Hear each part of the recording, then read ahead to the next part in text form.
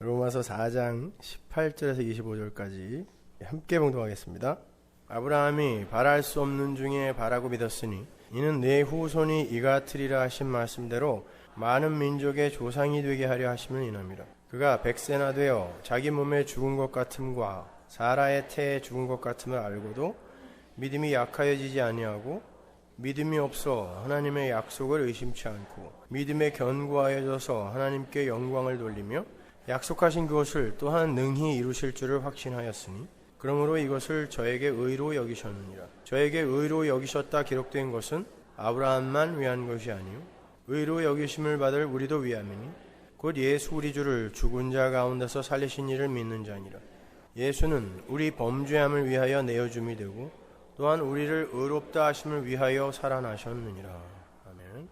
Back to the Future나 포레스트 검프, 캐스터웨이 같은 걸작을 만들어낸 로버트 저메키스 감독이 1992년에 만들어낸 영화가 죽어야 사는 여자라는 영화입니다. 얼굴을 성형하는 대신에 자신이 하는 일에 있어서 내공을 쌓음으로써 능력 그 자체가 아름다움일 수 있는 것을 보여주는 배우다라는 그런 칭찬과 평판을 받고 있는 메릴 스트립과 셀 수 없는 성형으로 여전히 30대 같은 얼굴과 몸매를 소유하고 있는 골디 혼이 주연을 한 영화죠. 거기에 브루스 윌리스까지 다소 부자연스러운 조합입니다.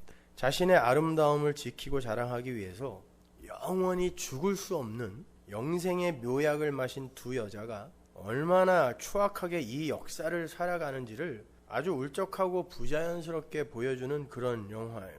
당시 영화평론가들은 저메키스 감독의 이 영화에 대해서 아주 혹평을 했습니다. 저메키스답지 않다는 것이었어요. 그의 작품을 하나하나 한번 떠올려 보세요. 얼마나 대단합니까? 근데 왜 이런 블랙 코미디를 만들었는가? 밑도 끝도 없이 극단적으로 치닫는 그런 사건들, 다소 비현실적인 의상들, 시대에 맞지 않는 건물들과 세트들, 고딕 양식의 건물들이 막 나와요.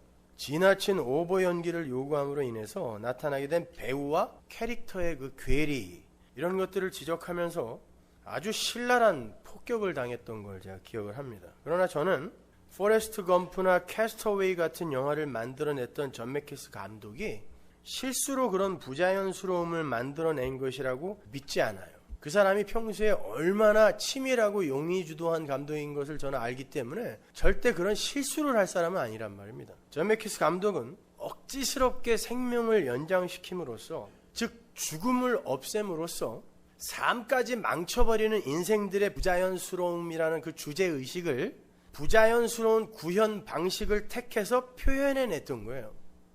알아들을 사람만 알아들으라는 거죠. 적어도 저에게 있어서 죽어야 사는 여자라는 영화의 부자연스러움은 비판의 대상이 아니라 오히려 감독의 용의주도함을 돋보이게 해주는 것이었습니다. 죽어야 할 자들이, 아니 이미 죽은 자들이 산자인 척하는 이 율법의 세상, 인본의 세상의 실체와 결국 그건 그렇게 부자연스럽고 추악한 겁니다.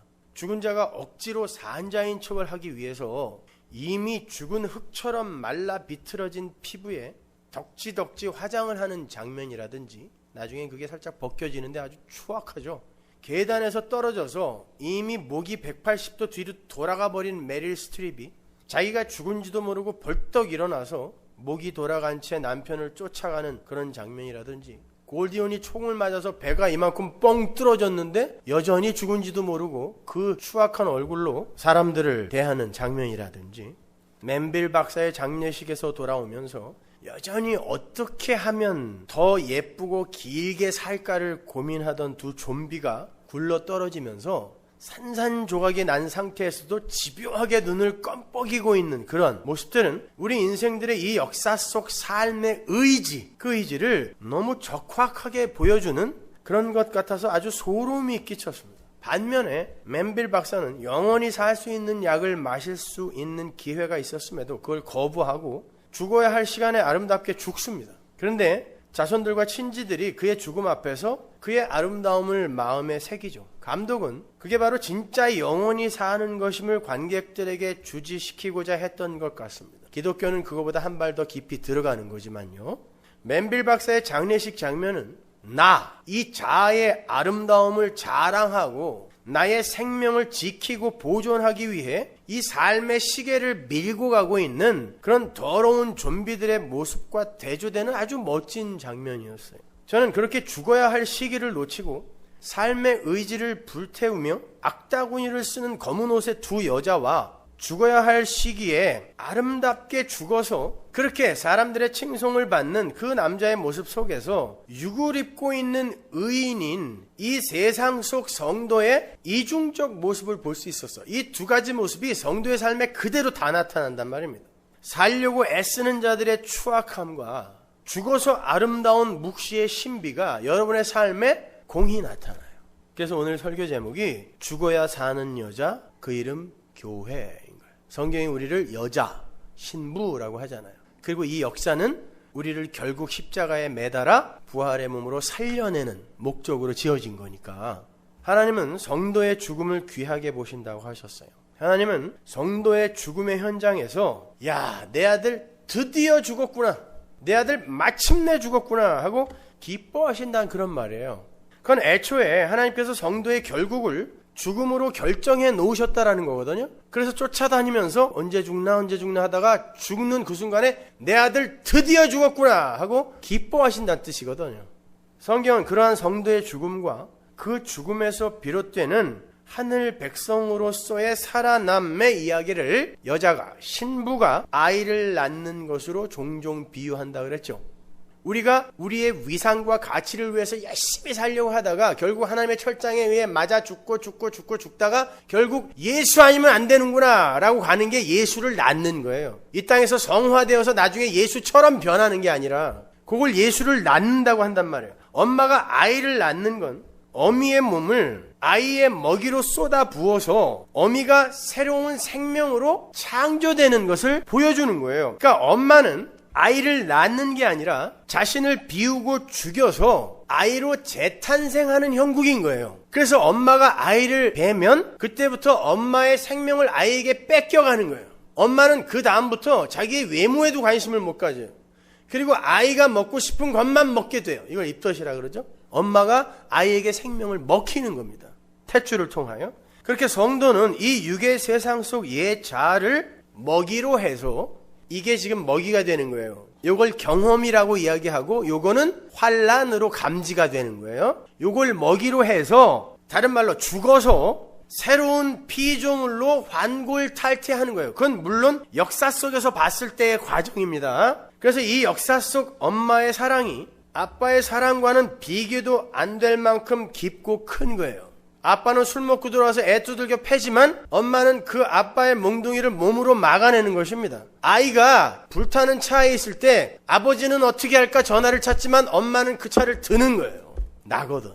내가 죽어 새롭게 나온 것이 바로 아이거든요.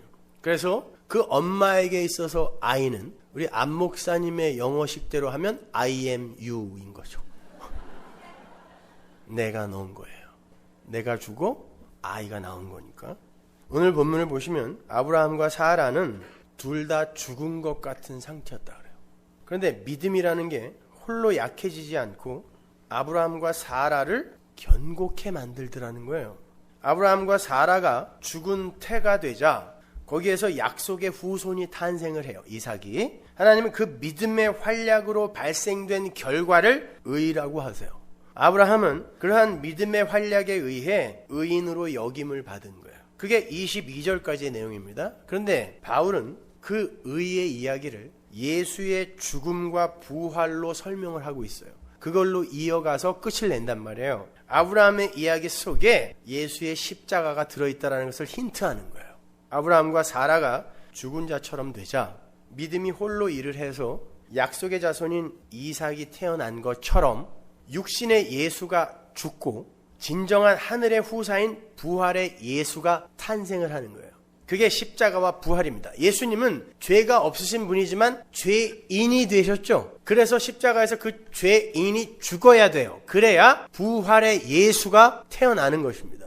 그게 십자가와 부활이에요. 그건 단순히 우리의 죄를 대속하는 방법이요 수단이 아니라 하나님 나라 백성의 탄생의 원리와 존재 양식을 함께 상징하고 있는 거라고 했죠. 성도의 역사 속 육의 몸이 죽어야 묵시 속 부활의 몸이 살게 되는 그런 원리란 말이에요. 생각해보세요. 묵시와 역사에 새 사람과 옛 자아가 살고 있단 말이에요. 그런데 묵시와 역사에 새 사람과 옛 자아가 영원히 공존할 수는 없어요. 둘 중에 하나는 죽어야 됩니다. 그래서 이 역사, 땅이라는 곳에 계속 살면서 이 힘의 원리로 영원히 살게 되는 것을 지옥을 사는 자들이라고 하고, 땅지니까요. 이 땅에서 죽고 묵시 속에서 은혜의 원리로 영원히 사는 자들을 성도라 그래요. 하나님 나라 백성이라 그래요. 그래서 반드시 둘 중에 하나는 죽어야 돼요.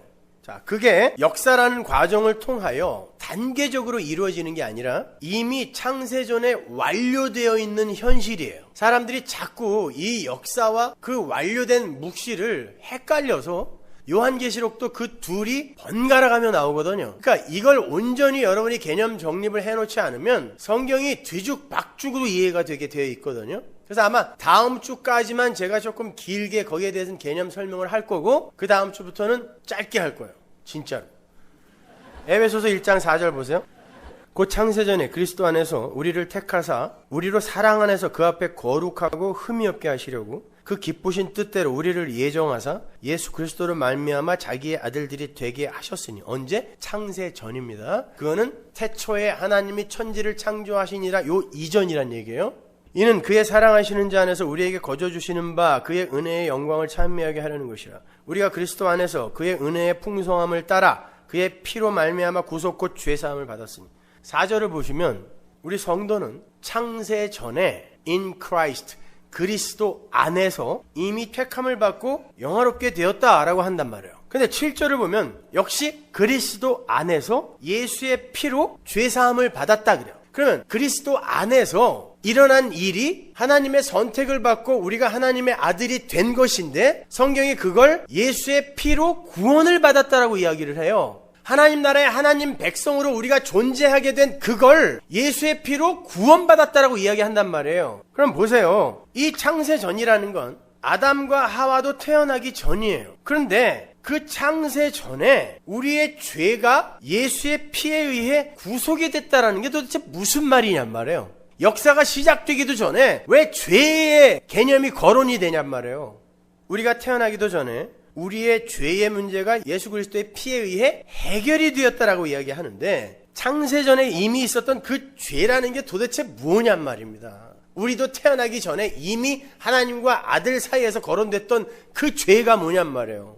우리는 죄라는 걸 정의하기를 인간이 이 역사 속에서 인간들이 합의한 도덕과 윤리와 사회법을 어기며 사는 걸 죄라고 그러잖아요. 도둑질, 간음, 살인, 험담 뭐 있던 거. 근데 성경은 이 역사와 인생이 시작되기도 전에 죄라는 개념을 이야기하고 있단 말이에요. 요게 지금 창세기 1장 1절 앞부분에 들어가야 될 부분입니다. 에베소서 1장의 창세전 언약이요. 요걸 근거로 창세가 일어난 거니까, 죄라는 건 없음의 자리를 이탈해서 있음의 흉내를 내는 거라 그랬죠. 창조주에 의해서 창조된 피조물이 자신의 존재됨에 스스로 기여를 할 수 있다고 생각하고 행동하는 모든 게 바로 죄예요. 그것이 예수의 피에 의해 사해졌다라는 건 그런 시도가 원천 봉쇄된다는 뜻이에요. 창세전에 예수의 피에 의해 그게 사해졌다라는 건 그런 일은 있을 수 없다는 뜻이에요. 예수의 피가 그러한 없음들의 있음의 흉내를 폭로하고 무력화시키는 것이다를 우리에게 보여주는 거예요. 쉬운 말로 예수의 피는 그 피가 뿌려지는 대상의 죽었음을 확증해내는 것일 뿐만이 아니라, 그래서 예수의 피가 뿌려지면 살아나는 거란 말이에요. 그러니까 그 피가 안 뿌려졌을 땐 죽은 거라는 거란 말이에요. 확증해내는 것일 뿐만 아니라 그 죽었음을 살았음으로 창조해내는 유일한 능력이요 길이라는 걸 창세전 언약이 이야기하고 있는 거란 말입니다. 흙이, 그 없음이 예수의 그 피, 십자가, 은혜, 긍휼에 버무려져서 비로소 존재로 성립이 되는 게 하나님 나라라는 걸 설명해 주는 게 창세전 언약이란 말이에요. 그래서 세상이 시작되기도 전에, 존재가 있기도 전에 죄라는 개념을 들어서 이게 예수의 피에 의해 사해진다라고 이야기를 하는 거란 말입니다. 그러니까 그 창세전 언약 속에서 이 하나님 나라 묵시 속의 존재들의 존재 양식과 탄생의 원리, 이것이 지금 설명이 되고 있는 거예요. 그걸 설명하기 위해 죄라는 개념이 도입이 되어서 여러분에게 역사 속에서 설명이 되는 거고, 그걸 설명하기 위해 마귀라는 존재가 필요했던 거예요. 사탄이라는 존재는 원래 하나님이 타락할 수 없게 만들었는데 스스로의 능력과 의지로 타락할 수 없는 거란 말이에요. 피조물은 그게 안 되는 게 피조물이란 말이에요. 예? 이 조로아스터 교회의 영향을 받아서 사탄 마귀가 이렇게 우화적으로 바뀌었단 말이에요. 사탄이 뭐예요? 찬송하던 자라 그랬죠. 이게 뭐냐면 성도가 하나님을 찬송하도록 지어졌단 말이에요. 에베소서 1장의 이야기에 의하면. 그런데 그들이 그 자리를 떠나 나를 찬송하는 자리로 갔을 때 이게 어떻게 멸망을 초래하느냐를 설명하는 게 역사란 말입니다. 그래서 거기에 죄와 마귀의 개념이 도입이 된 거예요. 실제하는 존재 맞아요. 마귀도. 왜? 내가 마귀거든요. 나라는 존재, 나만을 위해서 사는 이 존재들의 세력의 총합이 마귀이기 때문에 그 마귀의 총화로 실제로 이 사단이 존재는 하지만 나 밖에 있는 그 사단에게 모든 책임을 전가하지 말란 말이에요. 나란 말이에요. 그게 나. 여러분이 보시다시피 창세 전에 이미 그리스도 안에서 죄의 문제가 해결됐어요. 그렇다면 이제 이 역사 속 인생들의 행위와 사고는 그 존재의 존재됨이나 상벌에 아무런 가치를 발휘할 수 없는 거예요. 영향을 미칠 수 없단 말입니다. 다만 왜 이 역사와 인생이 생기기도 전에 하나님과 하나님의 아들이 그 창세전 언약이라는 걸 체결하실 수밖에 없었는가를 설명하는 설명용 드라마로서만 그 의미를 가질 수 있는 거예요. 창세전, 즉 영원 속에서 이미 결정난 걸 이 역사의 행위가 뒤집어 엎을 수는 없는 거예요. 알미니안주의자들의 이야기처럼 하나님은 역사 속에서 일어날 일을 아시고 결정하셨다. 예지, 예정, 이따위 소리들 하지 말란 말이에요. 그건 인간들이 만들어낸 말이지. 그건 추측 아닙니까? 반복합니다. 이렇게 창세전에 하나님과 하나님의 아들 간에 언약이 세워졌어요. 다시 한번 말씀드리지만 존재는 반드시 하나님 아들의 피로만 존재로 설 수 있다는 게 창세전 언약이에요. 그리고 창세가 일어나는 거란 말입니다. 태초에 하나님이 천지를 창조하셨느니라가 바로 이 에베소서 1장 다음에 나와야 되는 거예요. 그렇다면 이 천지 만물은 무엇을 그려내기 위해 존재하는 거다? 하나님 아버지와 아들의 창세전 언약, 즉 예수의 피에 의해서만 하나님 나라 백성들이 있음이 될 수 있는, 점도 없고 흠도 없는 자로 만들어내기 위해서가 바로 하나님 나라의 존재거든요. 예수의 피로서만 하나님 나라의 존재가 성립이 될 수 있다는 걸 설명하는 게 바로 이 역사와 인생인 거예요. 그러니까 이 역사와 인생은 복음을 설명하는 세트장이에요. 드라마 촬영장인 거예요. 그 세트장 안에서는 모든 게 감독의 의도대로만 움직여야 돼요. 하나님이신 감독의 의도대로만. 영화 촬영장에 가보면 수많은 엑스트라들을 볼 수 있어요.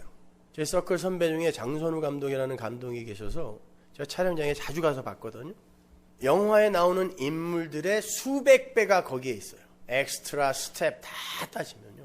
우리가 영화를 볼 때 그 엑스트라들은 자기 마음대로 대충 서 있다가 그냥 대충 사라지는 것 같죠? 아닙니다.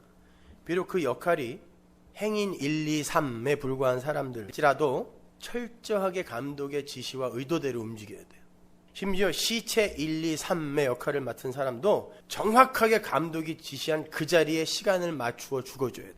고개도 감독이 놓으라고 하는 쪽에 놔야 돼요. 그래야 카메라에 걸리거든요. 지 맘대로 이쪽으로 돌리면 그것 때문에 NG 되는 거예요.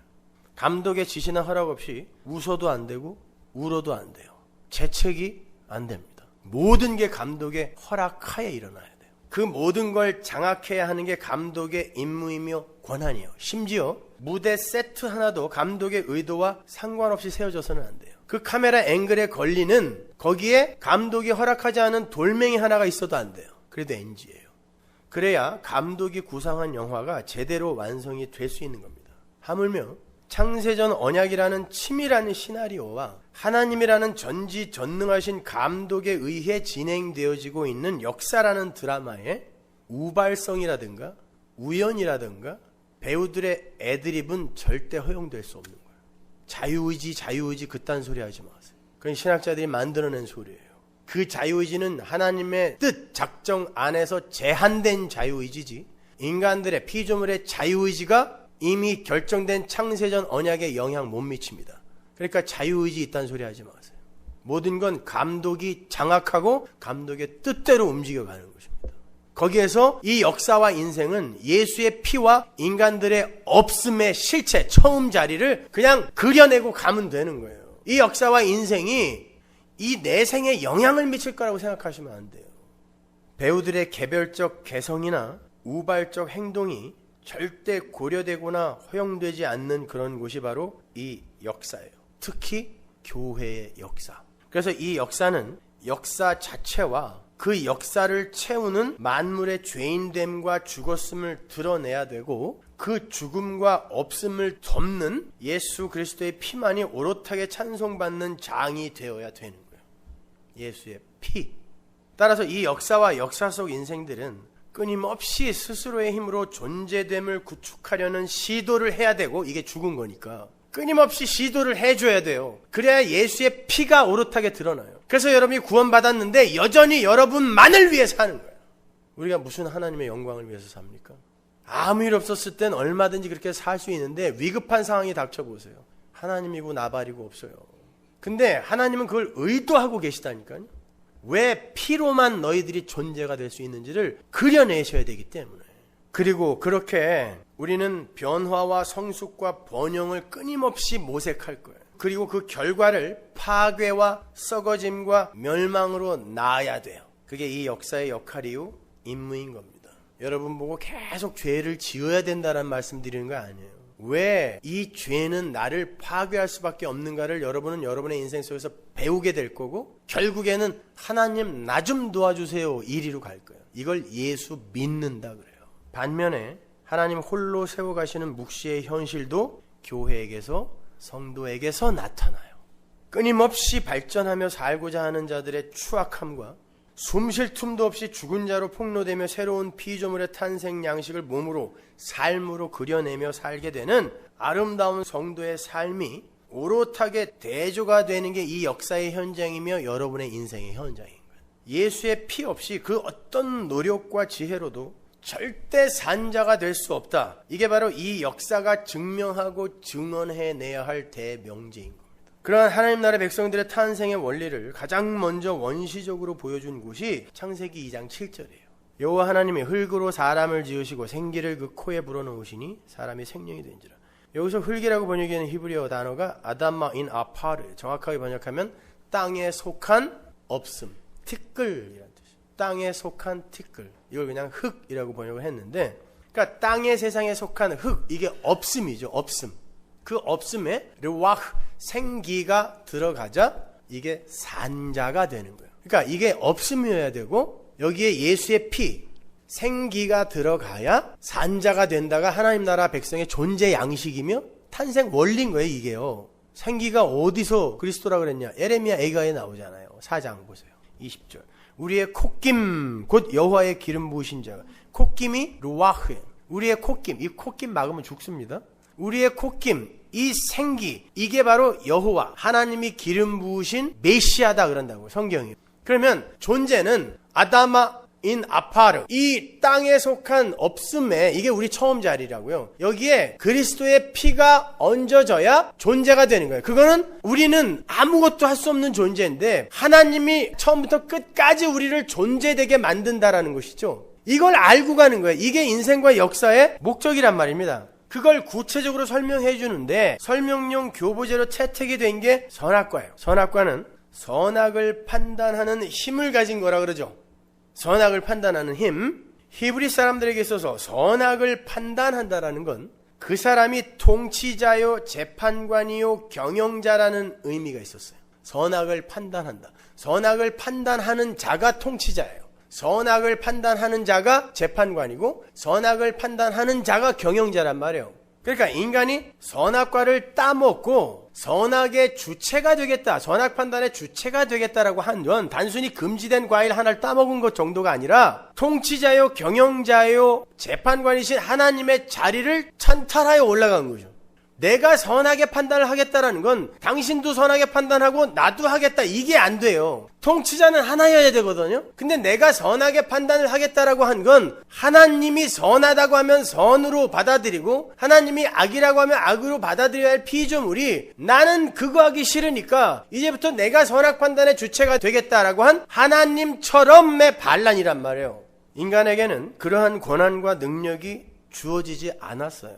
그래서 선악과가 금단의 열매로 금해졌던 거예요. 그거는 아니라는 거예요. 너희는 그런 존재가 아니라는 거예요. 그렇다면 그러한 선악의 판단이 능력으로 주어지지 않은 인간들에게 다스리고 정복하라는 명령이 주어지면 안 되잖아요. 선악의 판단도 못하는 통치자도 아니고 경영자도 아니고 재판관도 아닌 인간에게 선악과 따먹기 전에 이건 먹지 말아라 라고 하고 그 선악과 따먹기 전에 다스리고 정복하라라는 명령이 주어졌단 말이에요. 창세기 1장 26절 보세요. 하나님이 가라사대 우리의 형상을 따라 우리의 모양대로 우리가 사람을 만들고 그로 바다의 고기와 공중의 새와 육축과 온 땅과 땅에 기는 모든 것을 다스리게 하자 하시고 하나님이 자기 형상 곧 하나님의 형상대로 사람을 창조하시되 남자와 여자를 창조하시고 하나님이 그들에게 복을 주시며 그들에게 이르시되 생육하고 번성하여 땅에 충만하라 땅을 정복하라 바다의 고기와 공중의 새와 땅에 움직이는 모든 생물을 다스리라 하시니라.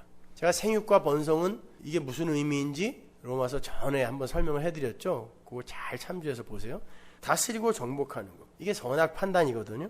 근데 선악 판단의 능력도 없는 자들에게 어떻게 다스리고 정복하라는 명령을 할 수 있냐고요. 그건 누가 다스리고 정복하겠다는 거예요.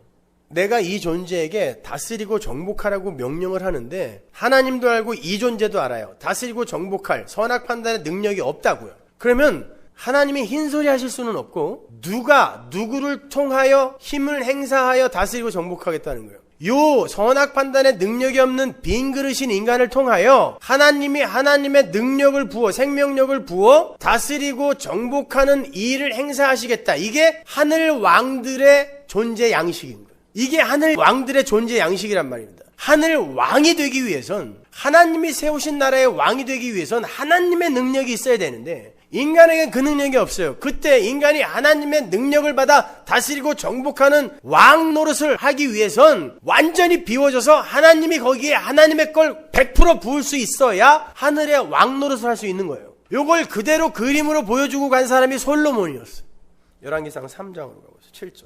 나의 하나님 여호와여 주께서 종으로 종의 아비 다윗을 대신하여 왕이 되게 하셨사오나. 솔로몬이 왕이 됐어요. 어디의 왕? 이스라엘의 왕. 하나님 나라의 모형인 하늘의 왕이에요. 왕이 됐는데 종은 작은 아이라 그래요. 여기서 작은 아이, 카탄이라는 단어는 히브리어로 가장 작은 혹은 없음이라는 뜻이에요. 나는 없는 아이예요. 나는 이 세상에서 가장 작은 아이야. 죄인 중에 괴수예요. 이런 뜻이에요. 작은 아이라 출입할 줄을 알지 못하고 주의 빼신 백성 가운데 있나이다. 저희는 큰 백성이라 수요가 많아서 셀 수도 없고 기록할 수도 없사오니 누가 주의 이 많은 백성을 재판할 수 있사오리까? 지혜로운 마음을 종에게 주사 주의 백성을 재판하여 선악을 분별하게 하옵소서. 솔로몬이 그걸 구하매 그 말씀이 주의 마음에 맞은지라. 보세요. 솔로몬이 이스라엘의 왕이 됐는데 솔로몬이 알아요. 나에게는 선악 판단의 능력이 없어요. 왕이 되기 위해서는 선악 판단을 하여 통치를 하고 재판을 하고 경영을 해야 되는데 나에게 선악 판단의 능력이 없어. 그러면 누가 줘야 돼요? 하나님이 줘야 돼요. 이 없음이 하나님으로부터 받는 어떤 것으로 왕노릇을 하는 거예요. 근데 지혜를 달라 그러죠. 지혜는 뭐예요? 잠언에서 나 지혜는 솔로몬에게 있어서 지혜는 다 100% 성전 짓는 지혜예요. 하나님 나라의 완성에 관한 지혜란 말이에요. 나 지혜, 예수의 창조의 주, 그 예수의 지혜가 생명력이 없음에게 작은 아이, 카탄 작은 아이에게 임하자 이에게 선악 판단의 능력이 주어지고 이가 왕이 되는 거예요. 그 이야기를 솔로몬이 그대로 보여준 거라고요. 그런데 이 지혜가 솔로몬에게 사유되느냐? 아니요. 솔로몬이 이 지혜로 성전을 완성해요. 하나님 나라가 완성되는데 그 다음에 솔로몬의 행보를 보세요. 하나님이 하지 말라는 거, 신명기에서 왕이 가지지 말아야 될 거를 다 갖죠. 금, 말, 와이프. 그리고 죽기 전에는 성전 안에, 하나님을 섬기는 성전 안에 온 세상의 우상들을 다 갖다 놓고 거기다 절을 하다가 죽었어요. 그러면 솔로몬은 그 행위로 지옥 간다, 천국 간다. 사무엘하 나단의 신탁에 보면 하나님이 이는 내 아들이라 그랬어요. 하나님은 언약으로 당신의 백성을 천국 보내는 거지 그의 행위로 보내는 게 아니에요. 솔로몬은 하나님의 언약에 의해 창세 전에 내 아들로 선택되어 왜 인간은 하나님의 은혜 그 지혜로만 하나님 나라의 왕노로 살 수밖에 없는가를 그려내고 죽은 거예요. 천국 갔죠. 안심되세요? 이게 역사의 역할이며 기능인 거란 말입니다. 그런데 그렇게 솔로몬이 하나님 앞에 나는 작은 아이니까 하나님 지혜를 주세요. 그래야 내가 왕이 됩니다. 내가 선악 판단을 합니다. 선악 분별을 합니다. 한 요 이야기가 어느 에피소드에 붙어 있는 거냐면 일천번제 사건에 붙어 있는 거예요. 이 일천번제를 시중에서는 새벽 기도를 1000번 하면 모든 소원이 이루어진다라고 사기쳐서 잠도 못 자게 만들어 갖고 사람 거의 미치게 만들죠. 갈 때 그냥 가요? 헌금도 가져가야 돼. 그러니까 일거양득이야. 일타쌍피. 속지 마세요. 강도들이에요, 그거요. 일천번제라는 건 번제로 드려질, 십자가에서 번제로 드려질 예수 그리스도의 제사, 이것이 영단번에 완전하게 드려진다. 그래서 천이라는 완전수로 그려지는 거예요. 예수의 십자가에 의해 이 없음인 솔로몬에게 예수의 피가 부어져서 이가 하나님 나라의 왕노릇하는 자가 된다가 바로 그 일천번제의 이야기란 말입니다. 그러니까 이런 이야기가 되는 거예요. 예수 그리스도의 십자가로 인해서 하나님의 백성들에게 피가 부어지고 그들은 비로소 산자가 되어서 하늘의 왕노릇을 하는 자들로 살게 돼요. 그런데 그게 어떠한 왕인가 하니 자신의 존재성과 주체성을 완전히 차압당하고 작은 아이가 되어서 지혜이신 예수의 능력으로 통치하는 왕인 거예요.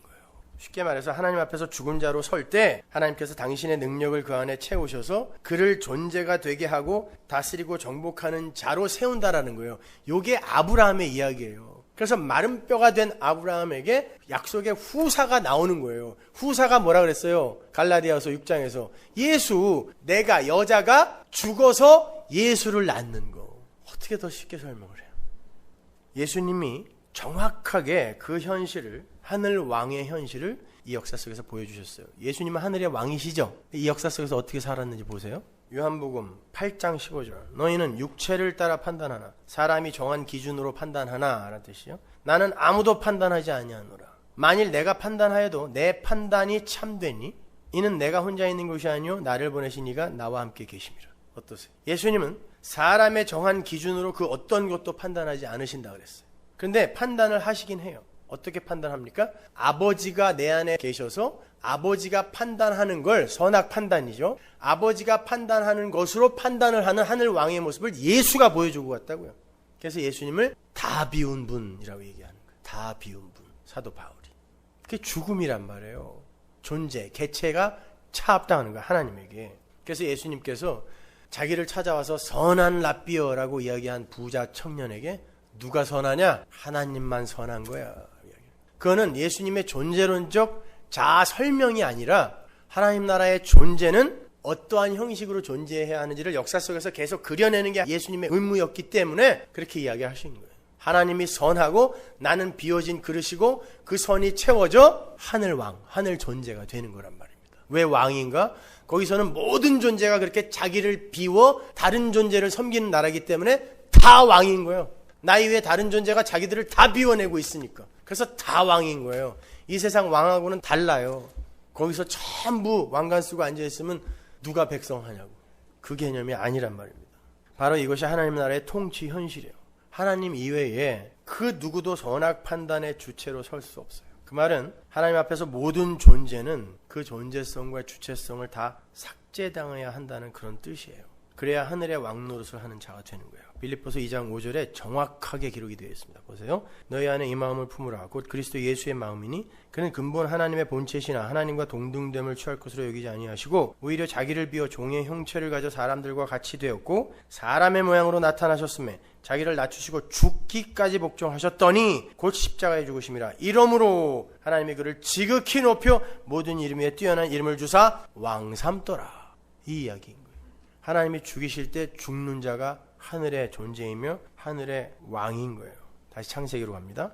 아담이 선악과를 따먹고 선악 판단의 주체가 되어서 죄인, 즉 죽은 자가 됐습니다. 좋은 의미의 죽은 자가 아닌 산자인 척하는 진짜 죽은 자를 이야기하는 거예요. 죽은 자들은 하나님의 통치를 담아내는 그릇으로서의 그 왕이 아니라 자기가 하나님의 자리에 앉아서 하나님과 동등됨을 취하려고 하는 악마적 왕노릇을 하려고 한단 말이에요. 그걸 선악 구조 속에 들어간 죽은 인간이라 그러죠. 아담은 하나님처럼 하나님과 동등됨을 취하기 위해 선악과 따먹고 그 다음부터 자기를 왕삼아 살았고, 진짜 하늘의 왕은 하나님과 동등됨을 취하지 않고 그걸 버리고 비워져 진짜 왕이 됐단 말이에요. 요 첫 번째 아담과 두 번째 아담을 잘 비교해 보시란 말이에요. 뭐가 복음인지. 근데 오늘날은 이 첫 번째 아담의 행사를 하자 그래요. 개혁주의가. 이게 변질된 개혁주의인 거예요.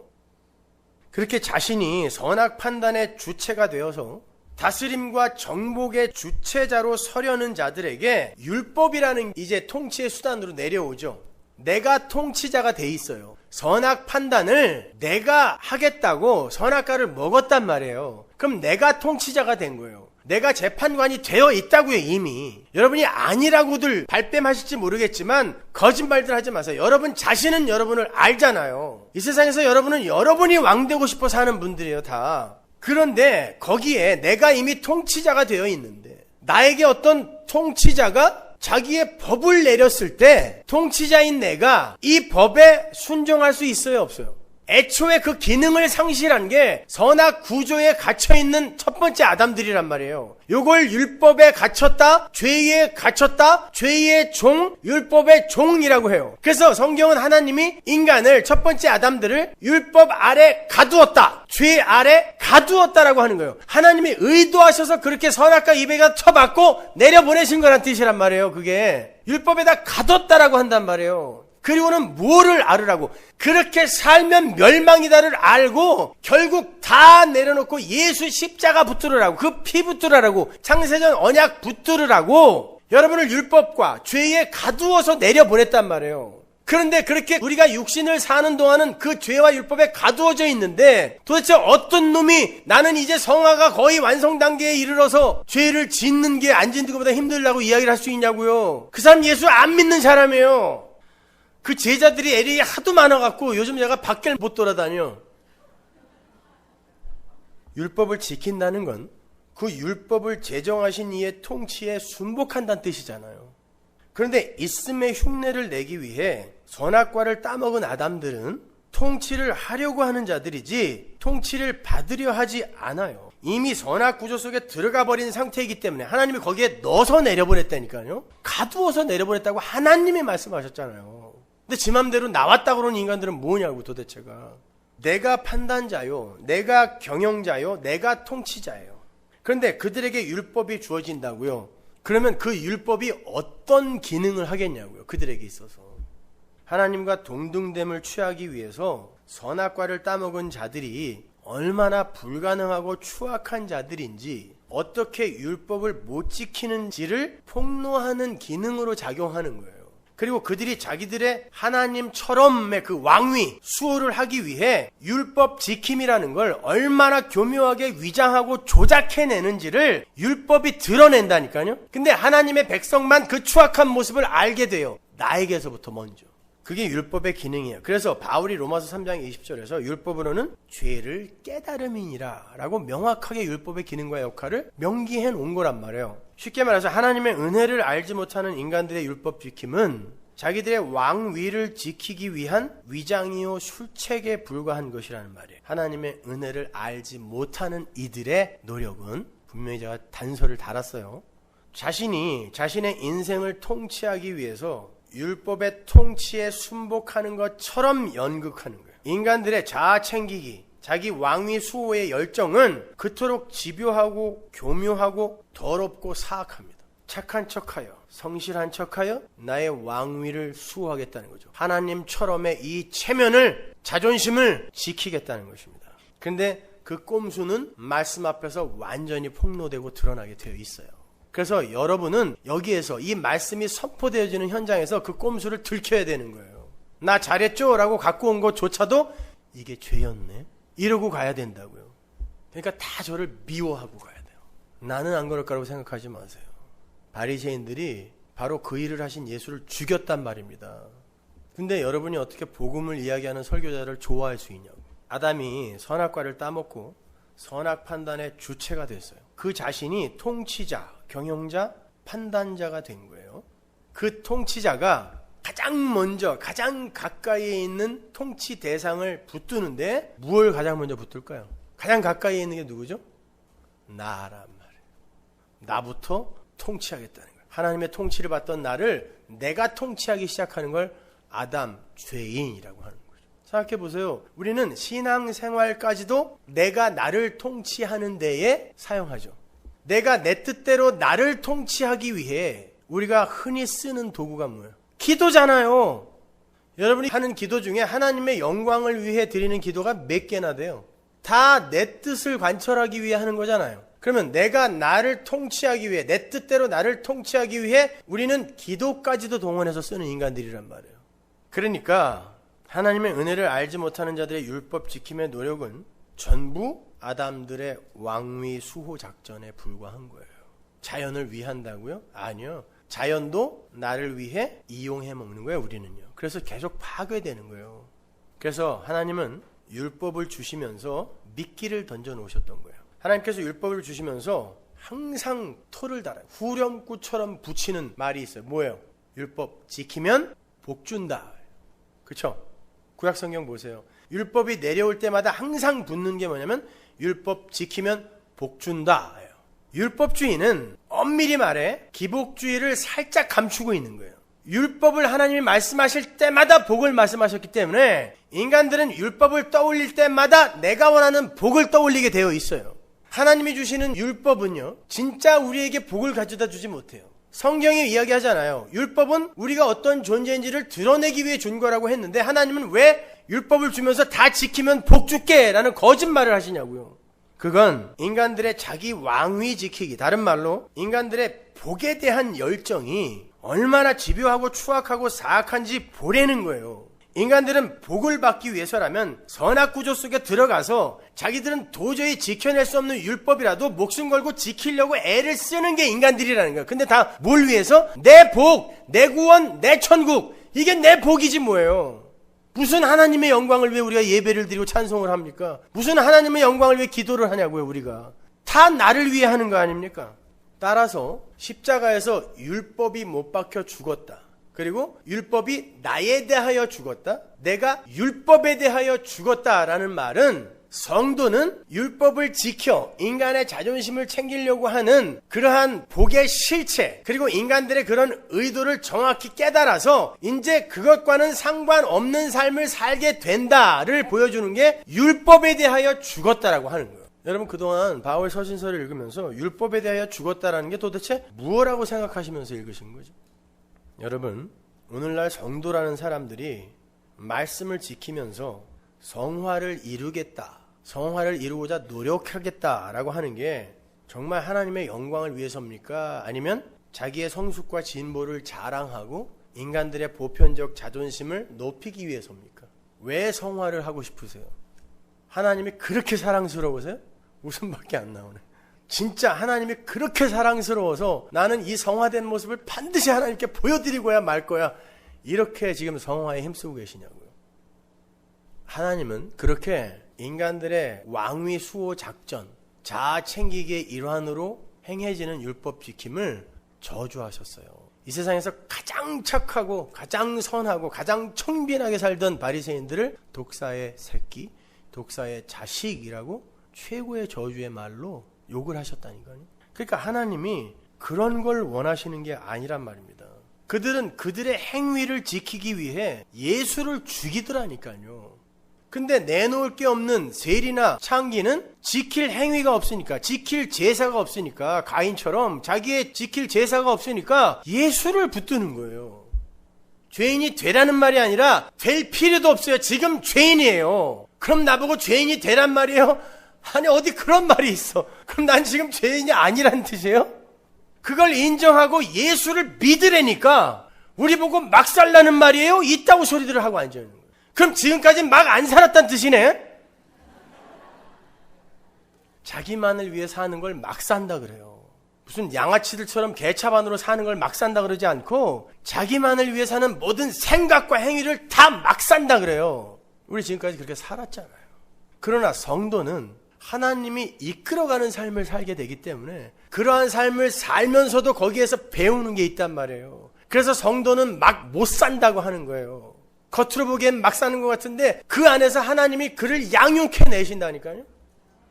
예수님께서 난지 8일 만에 할례를 받으시는 걸 시작으로 해서 그래서 예수님이 아기로 오신 거예요. 그냥 십자가만 지면 되면 성인으로 오면 되잖아, 아담처럼요. 근데 왜 아기로 와서 그 고생을 다 하냐고. 창피하게 사람들이 기저귀 가는 거 이런 거 다 봤단 말이에요. 하나님인데 예수님은 나면서부터 똥오줌 가렸을 것 같으세요? 왜 그 모습으로 오셔야 됐냐면 율법을 지켜야 되기 때문에 난지 8일 만에 할례를 받는 것으로 율법을 지켜야 되기 때문에 오신 거예요. 근데 그걸 왜 지키냐고요. 완벽하게 다 지켜서 인간들에게 전가시켜 주려고? 그러면 다 지켜야 돼요. 근데 예수님이 가늠한 여자를 돌로 쳐서 죽여야 되는데 놔줬어요. 율법 어긴 겁니다. 안식일 날 일했습니다. 율법 어긴 거죠. 온전하게 못 지켰죠. 그러나 온전하게 지키려고 아기 때부터 애를 썼어요. 그래서 동생들에게 초막절날 안 올라간다 그러고도 올라가셨단 말입니다. 왜 그러셨겠냐고요. 예수님은 율법을 지켜 선악과 먹고 내가 선악 판단의 주체가 되어서 이 보편적 인간들의 위상을, 하나님처럼의 위상을 끝까지 수호하겠다라고 하는 인간들의 율법 지킴을 날 때부터 돌아가시는 날까지 다 낱낱이 보여준 거예요. 예수님보다 더 율법을 잘 지키는 사람이 어디 있어요? 예수님은 완벽하게 다 지켜내셨어요. 그런데 안식일이라든지 가늠한 여자를 대하는 사건이라든지 여기서는 진짜 율법의 진의가 뭔지를 설명하기 위해 이걸 어겼단 말이에요. 그러면 문자 그대로 예수님은 율법을 완벽하게 못 지킨 것이기 때문에 누군가에게 그걸 전가시켜 줄 수가 없어요. 불완전한 거기 때문에. 그러니까 예수님은 율법을 우리에게 전가시켜주기 위해 다 지킨 게 아니라 율법을 지키려고 애를 쓰면서 하나님처럼의 자리에서 내려오지 않으려고 하는 우리의 마귀성을 그대로 다 보여주시면서 그걸 자기가 끌어안으시는 거예요. 그리고는 율법 지킨 자로 십자가에서 죽는 거예요. 율법을 다 지키면 산다이면 예수님이 십자가에서 죽으시면 안 돼요. 다 지켜서 하늘로 가셨더라야지 왜 다 지켜서 죽냐고요. 인간들이 선악 판단의 주체가 되어서 율법을 지켜 인간들의 자존심을 챙기려고 하는 건 반드시 십자가에서 죽어야 된다는 걸 보여주는 거예요. 어떻게 없음이 있음의 흉내를 내어 있음의 자리에 올라가 하나님의 아들이 되니 그건 안 되잖아. 그래서 십자가의 피로 이들이 구원받는다라는 게 에베소서 1장에 나오는 거란 말입니다. 예수님께서 율법을 다 지키시고 그리고서는 십자가에 매달렸어요. 십자가에 매달려서 뭐라 그래요? 십자가에 달리시기 전에는 뭐라 그랬어요? 하나님, 제가 꼭 이거 마셔야 됩니까? 할 수만 있으시다면 이 잔을 좀 치워주세요 그랬어요. 그리고 얼마나 두려워 떨었는지 땀이 피가 됐습니다. 폴리캅은 어떻게 죽었죠? 내가 어찌 80년 동안 나를 배반하지 않은 예수님을 배반하겠냐. 어서 불 붙여라. 화형대에다가. 예수님과 사뭇 다르죠. 사람도 야 내가 이제 하나님 나라 가는데 어서 불 붙여. 베드로 보세요. 내일 참수가 확정됐는데 오늘 천사가 와서 옆구리를 차서 깨워야 될 정도로 푹 잤어요. 예수님은 제발 좀 이 잔을 내게서 지나가게 해주세요 라고 기도했다니까요. 뭐냔 말이에요. 스데반은 죽으면서 얼굴이 천사 같았어. 그리고 죽으면서 저들을 용서하소서. 그랬더니 하늘이 열려.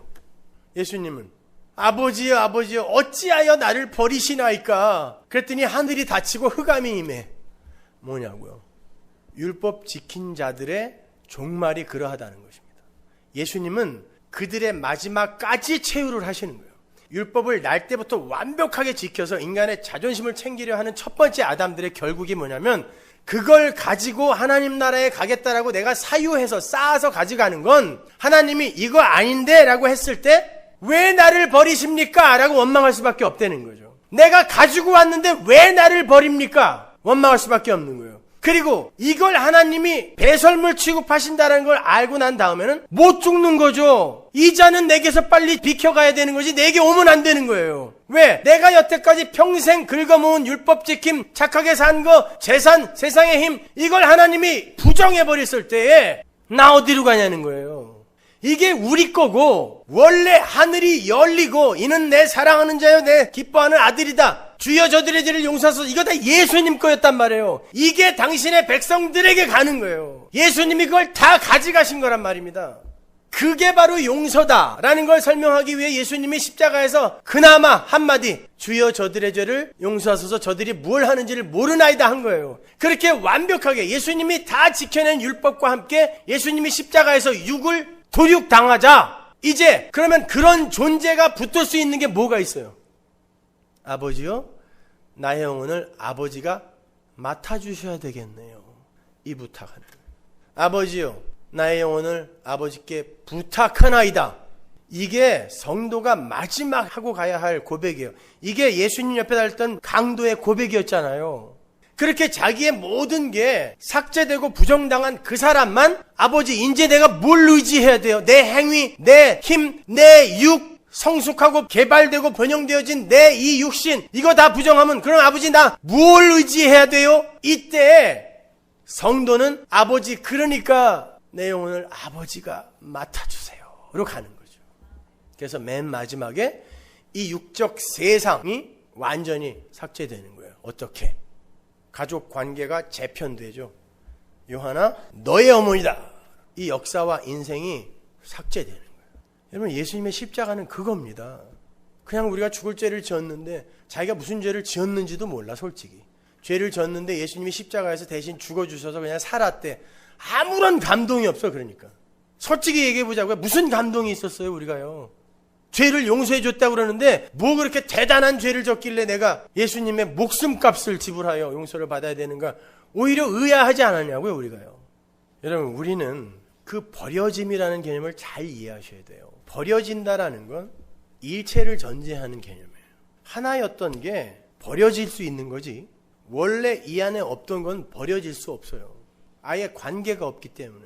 따라서 하나님으로부터 버려질 수 있는 분은 예수님밖에 없어요. 예수님은 하나님과 하나였거든요. 그래서 예수님이 그러는 거예요. 어찌하여 나를 버리셨냐고.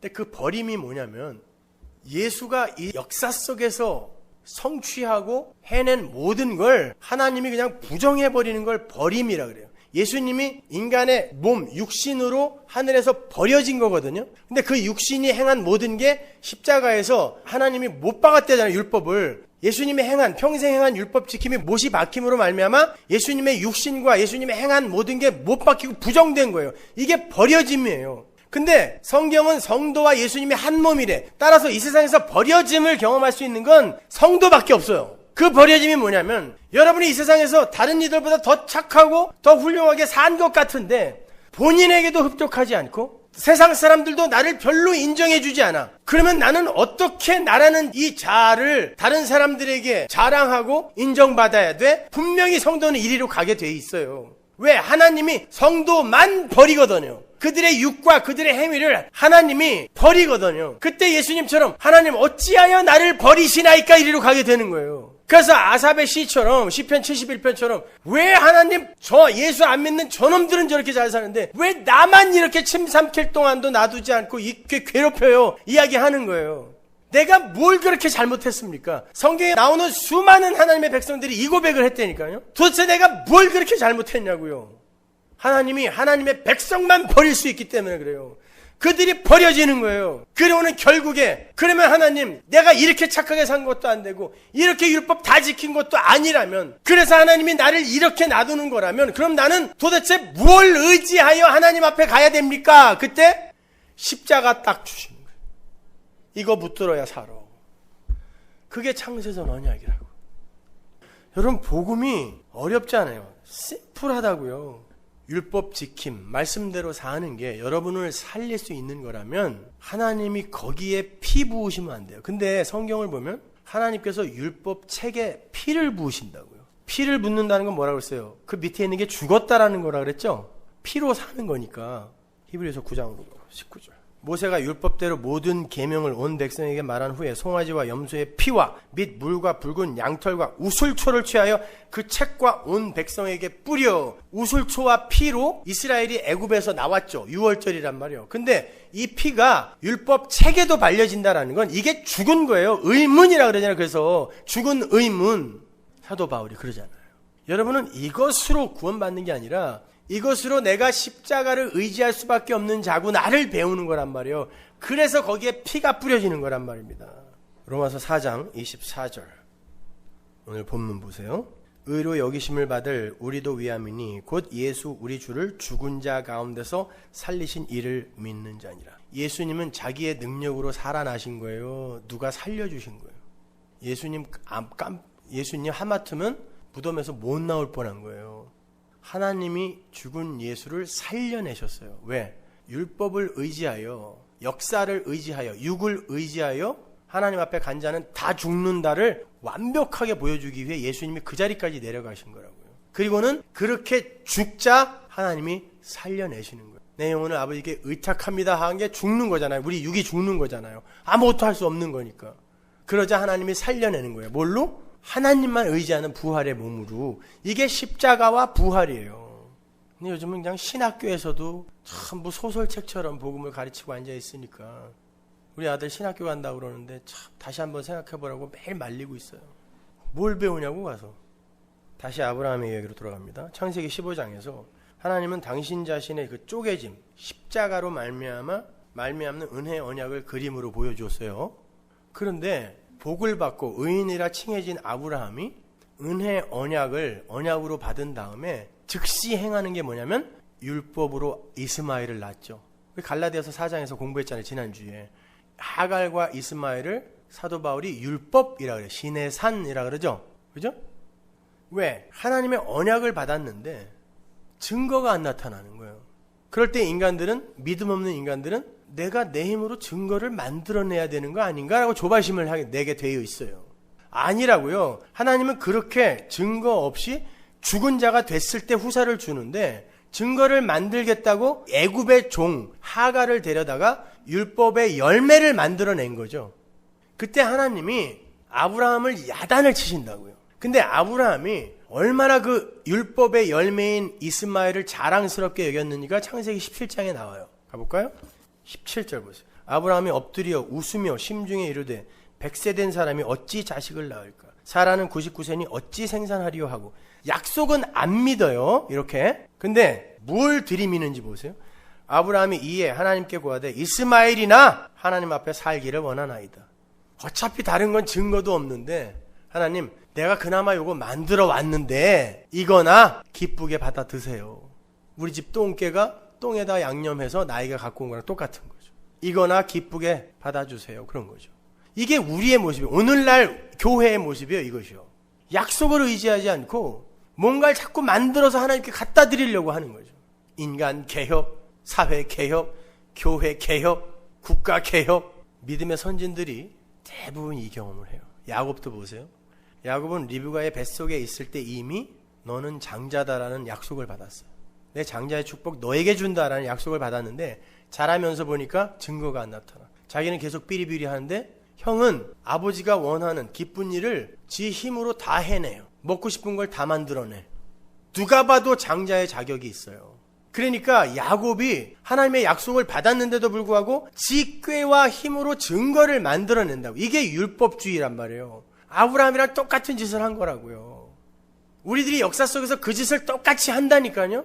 근데 하나님이 그거를 배설물이요 쓰레기라는 걸 여러분에게 가르쳐줘요. 그게 성령이 하시는 일이란 말이에요. 절대 그것으로 자랑을 못하게 한단 말입니다. 아브라함이 그렇게 율법의 열매를 내놓자 하나님이 나타나서 뭐라고 말씀하시는지 보세요. 창세기 17장 1절. 아브라함의 99세 때 여호와께서 아브라함에게 나타나서 그에게 이르시되 나는 전능한 하나님이라. 너는 내 앞에서 행하여 완전하라. 창세기 15장에서는 은혜의 언약이 주어졌어요. 내가 쪼개져서 이 언약은 성취할 거다. 하늘의 별처럼 바다의 모래처럼 많은 너의 후손과 가나안 땅, 약속의 땅과 내가 너희의 왕이 되는 이 나라, 하나님 나라를 내가 이룰 것이다. 이게 쪼긴 고개 사이로 지나가는 하나님의 횃불의 이야기란 말이에요. 근데 16장에서 아브라함이 덜렁 율법으로 열매를 만들어 갖고 왔어요. 이스마엘이라는 열매를. 그랬더니 하나님이 나중에 나타나서 뭐라 그러냐면 나 전능한 하나님이거든. 너 내가 분명히 은혜 언약에 대한 설명을 해줬는데 율법으로 나에게 열매를 갖고 왔어. 그래, 지켜보겠다는 거지. 그러면 행하여 완전하라. 나는 너에게 분명 하늘의 별처럼 바다의 모래처럼 많은 후손, 이건 예수 안에서 이루어질 일이잖아요. 그걸 약속했는데 너는 지금 이스마엘 덜렁 하나 갖고 와서 하나님 이거나 좀 살게 해주세요라고 갖고 왔어. 그러면 네가 해볼 거면 완전하게 하라는 거예요. 행위 언약이 다시 주어지는 거예요. 창세기 17장에서. 이게 율법이란 말이에요. 그 율법 앞에서 아브라함이 어떻게 고백해야 했을까요? 알았어요. 하나님 잘못했어요. 내가 어떻게 하늘의 별처럼 바다의 모래처럼 많은 걸 만들어냅니까? 이것도 겨우 만들어 갖고 왔는데 잘못했어요. 내가 약속 믿을게요. 이렇게 가야 되는 거예요. 이게 율법을 올바로 해석한 사람이에요. 성경을 올바로 본 사람이라고 이게. 근데 우리는 전부 그러죠 뭐 한번 해볼게요. 이렇게 나오는 거예요. 그때 하나님이 당신의 백성에게 어떤 일을 행하세요? 할례를 행하라 그래요. 고자를 만들어버려요. 그건 하나님이 생식 능력 제로로 만들어버리는 게 아니라 너는 이미 고자라는 걸 하나님이 확인시켜주는 작업이었어요. 그게 여러분의 인생 속에서 나타나는 거예요. 그래서 그렇게 노력을 하는데도 하나님이 스위치 꽂아주면 가끔 되다가도 더 안 되는 시간들이 많은 거예요. 그때 괴롭죠. 안 괴로우면 그건 진짜 성령 받은 사람 아니지. 괴로워요. 가장 아파요 그게 성도는. 그런데 그때 하나님의 사랑이, 은혜가 더욱더 크게 체감이 돼요. 그게 이겨지는 거지. 은혜를 아는 자는 아무렇게나 살아도 안 아프다 천만의 말씀. 그렇게 하나님은 아브라함 밖에 어떤 존재의 할례받음, 쪼개짐에 의해 아브라함이 후손을 낳는 거, 그러니까 사는 거, 하늘의 존재로 사는 것임을 설명하기 위해 할례 행하라 그러는 거예요. 진짜 하나님이 그를 생식 능력 제로로 만드실 거였으면 생식기 자체를 잘라라 그랬을 거라고요. 근데 흔적만 가지라는 건 네가 노력해서 성취되는 거 아니니까 네 밖에 진짜 쪼개진 어떤 이가 너를 살렸다는 것을 알라는 게 마음의 할례라는 거예요. 그게 복음의 이해란 말이에요. 그래서 성경이 마음의 할례 받으라는 거 우리한테는.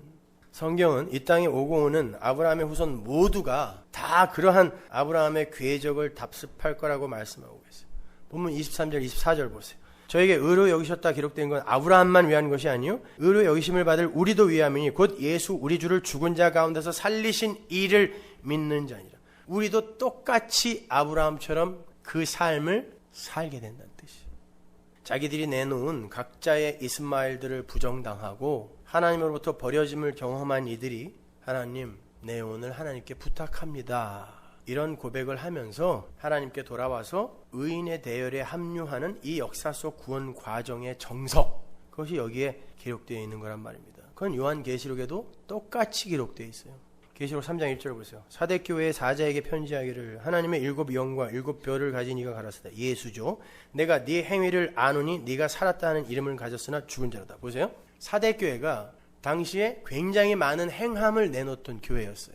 그래서 자기들도 이게 진짜 살아있는 교회지라고 했고 다른 이들도 저 교회는 살았다라고 했단 말이에요. 근데 예수님이 나타나셔서 뭐라 그러냐면 내가 네 행위를 아는데 온 세상이 너를 살았다라고 하는데 내가 보기엔 넌 죽었다라고 해요. 행위를 지적한다고요 지금요.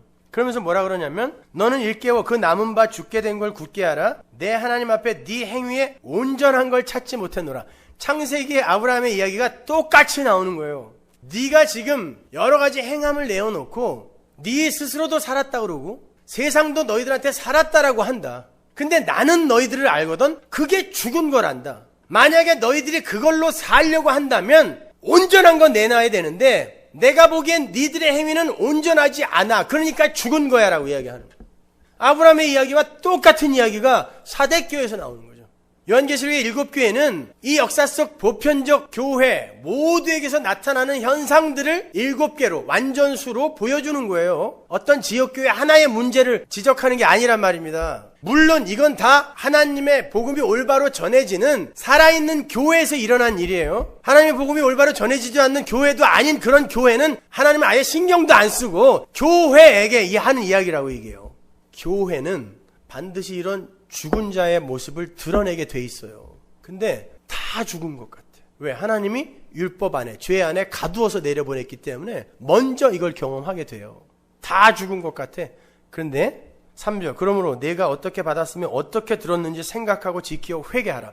그 구원을 니들이 어떻게 받았는지 다시 한번 생각하고 회개하라. 돌이키라는 거죠.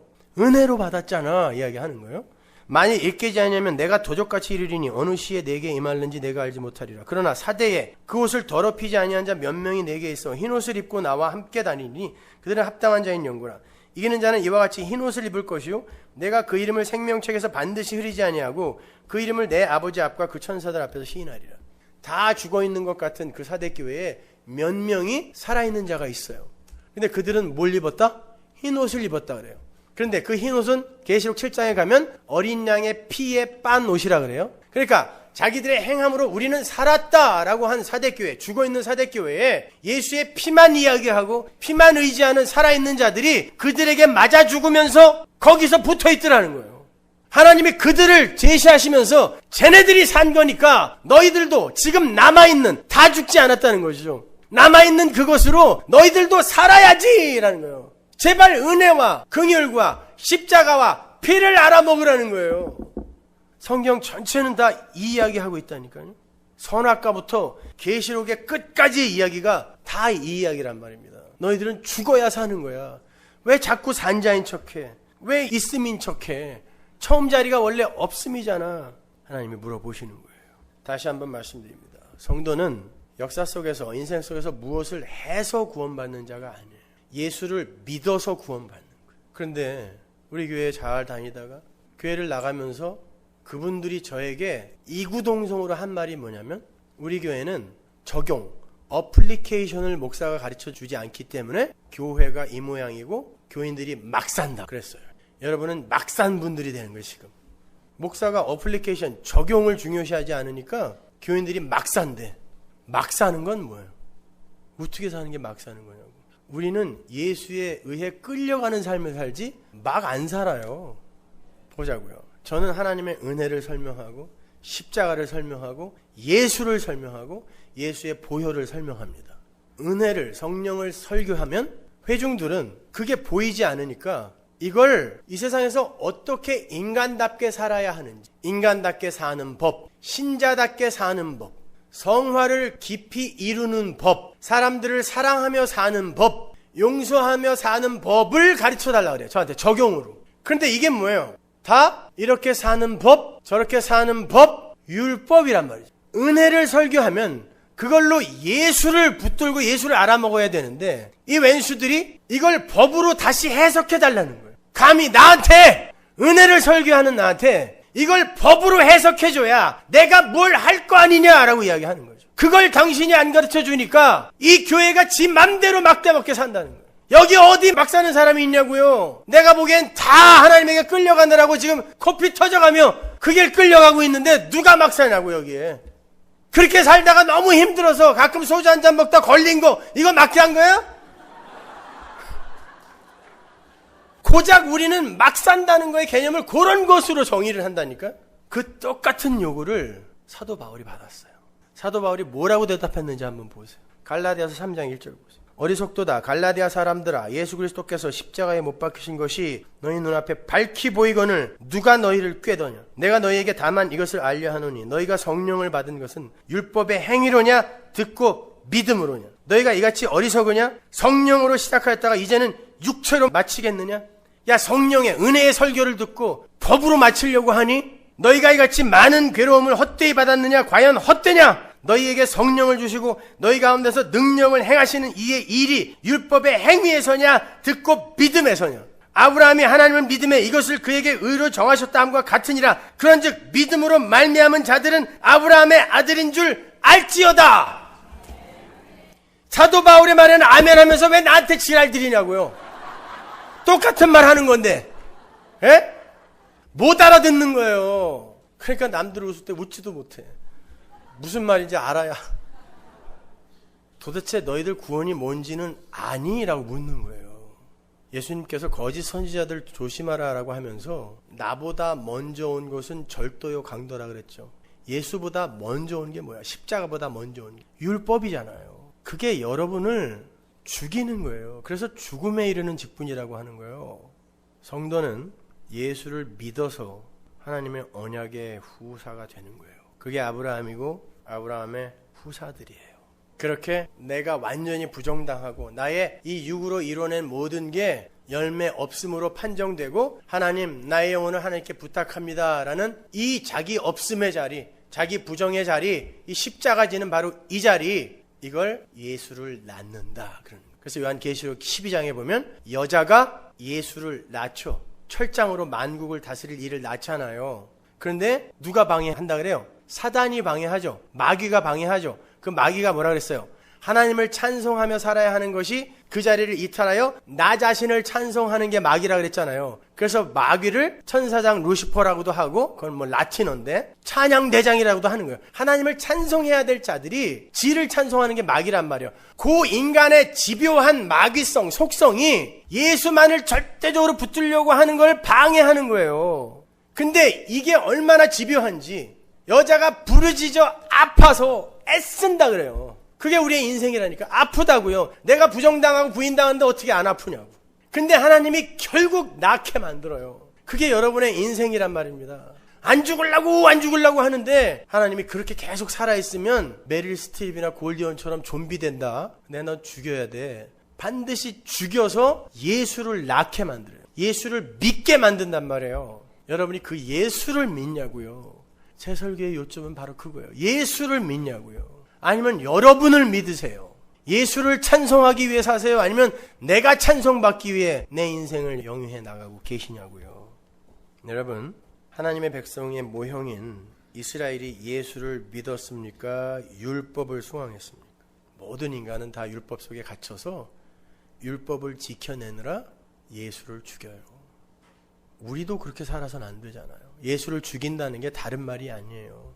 왜 내가 예수의 공로만 전적으로 의지해야 돼? 이게 예수 죽이는 거란 말이에요.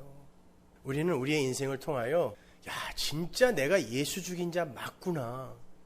그러니 아니 예수, 하나님이신 예수를 죽였으니 내가 어떻게 감히 천국 이야기를 꺼내. 이게 내가 죽는 거예요. 천국조차도 저는 제가 요구할 권리가 없다라고. 그때 하나님이 고자, 네가 예수 죽인 자 맞지? 없음이지? 그 자에게 하나님의 생기를 붓는 거예요. 그게 예수의 피로 구속되는 창세전 언약이란 말입니다. 제가 한국에 있을 때 우리 보육원 아이들하고 가장 많이 했던 게임이 블루마블 게임이거든요. 모노폴리 게임이에요. 이 아이들과 함께, 아이들은 부모가 없으니까 어떤 게임을 해도 목숨 걸고 해요. 진지하죠. 블루마블 게임이 뭐냐면 이런 모형 판 위에서 땅도 사고 빌딩도 사고 나라도 사고 도시도 사고 주사위 던져서 너무 재밌어. 주사위 몇 번 던지면 막 땅이 이만큼, 심지어 도시도 내 거가 되고요. 빌딩이 막 8채씩 돼. 양손에 모형 돈이지만 돈이 주체할 수 없을 만큼 들어와. 근데 저는 그런 게임을 진짜 못해요. 난 진짜 미나토도 못 치거든요. 그렇게 앉아서 뭐 바둑 두고 장기 두고 하는 사람을 제일 싫어해요. 그 앉아서 그렇게 하는 거. 그러니까 무슨 게임을 해도 다 져요, 저는. 난 가위바위보를 해서도 이겨본 적이 별로 없어요. 로또 같은 거 절대 안 맞아요. 나는 소풍 가갖고 보물찾기에서 뭐 하나 찾아본 적이 없어. 그러니까 저는 맨날 져요. 그리고 가장 먼저 져. 근데 게임을 할 때는요, 얼마나 재밌는지 쑥 빠져요, 거기에. 다 잊어. 현실을 잊어. 그런데 다 털리고 나면 애들이 안 껴줘요. 그러면 할 게 없잖아요. 그러면 그때 내 현실이 이제 자각이 되죠. 아, 집에 가야 되는데? 그 집에서 아버님이 기다리는데? 그럼 애들한테 야, 선생님 이제 집에 갈게. 그럼 조금 있다 이제 후배 선생님들이 들어와서 그 모노폴리 게임을 뒤집어 엎어버리죠. 야, 이제 치워, 자게. 그럼 얘네들은 그 빌딩과 도시와 나라들과 돈을 쥐고 난 어디로 가야 돼? 이렇게 되는 거야. 선생님은 아버지 만나러 간다는데 난 어디로 가야 돼? 내가 그걸 매번 보면서 이게 역사의 결국이구나를 깨달았어. 인생들은 지들이 쌓은 뭐 인격, 성숙, 변화, 돈, 재물, 인기, 평판, 이거를 쌓느라고 정신이 없어. 진짜 묵시라는 현실, 실체가 있다는 걸 모르는 거예요. 마지막에 하나님이 이 판을 확 뒤집어 엎었을 때 이거 들고 어디 갈 거예요? 여러분은 이 역사와 인생 속에서 바로 그 하나님, 그 예수, 그분이 계신 하나님 나라, 내 아버지 집, 그걸 명료하게 붙드는 거예요. 근데 그걸 붙들기 위해서는 내가 부정이 된다니까요. 그래야 모노폴리 게임, 블루마블 게임이 끝났을 때에 여러분은 아유, 아버지한테 가야지. 진짜 더 좋은 내 집. 그 아버지를 사랑하시냐고요. 우리가 다음 주에 공부할 부분인데 그 하나님과 화목하시냐고. 지금 왜 여기에 신경들을 안 쓰냔 말이에요. 도대체가 하나님을 배우세요. 하나님 나라를